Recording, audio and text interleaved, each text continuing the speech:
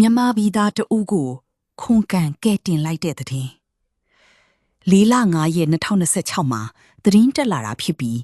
မြန်မာမောင်လေးပြောပြတာကိုခုန်ကန်ကပြန်လည်ပြောပြခဲ့တာပါရှင်ဖြစ်စဉ်ကဒီမောင်လေးရဲ့တတိကတရုတ်လူမျိုးဖြစ်တယ်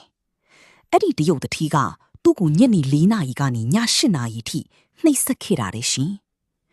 ဘလို့လို့လဲဆိုရင်စူဝက်နေတဲ့ရည်နွေးပူတွေနဲ့လောင်းချလက်ချောင်းတွေကိုပလာယာနဲ့ညက်ထားတန်ချောင်းနဲ့ရိုက်ပြီးပါဆက်သေးကိုရည်နွေးတွေလောင်းထဲနှိပ်စက်ခဲ့တာကိုပြောပြခဲ့တယ်သူ့ကိုအဆက်မပြတ်နှိပ်စက်နေတဲ့တရုတ်တတိကပါဆက်သေးရည်နွေးတွေလောင်းချမယ်အလို့မှာမြန်မာမောင်လေးကအယမ်းကြောက်ပြီးဖြစ်ချင်ရဖြစ်ဆိုပြီးထွက်ပြေးလာတာလမ်းပေါ်မှာထိုင်းလူမျိုးတွေတွေ့ပြီးကူညီချပြီးခုန်ကန်စီကိုဗီဒီယိုရိုက်ပြီးပို့ပေးလိုက်ကြတယ်ခုန်ကန်ကချက်ချင်းရောက်သွားပြီးဒီမောင်လေးကိုစီးကူဖို့စီစဉ်ပြီးစီးယုံတင်လိုက်တယ်သူထွက်ပြေးလာတာအဝတ်တထဲကိုတခုအသက်လူပြေးလာရတာပတ်စံလေးတစ်ဖက်မှမရှိဘူးလက်ရှိခုန်ကန်ကတာဝန်ယူကုသပြီးနေပြီးစီးကူနေတာ4 ရက်ရှိနေပြီရှင်ကုသစရိတ်ကိုခုန်ကန်ကုပေးထားတာဘတ်9000ရှိပြီလို့သိရပါတယ်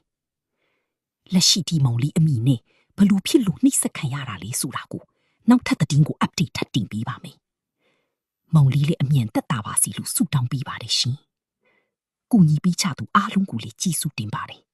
။ขอบคุณประเทศไทยขอบคุณนานปียา Thailand News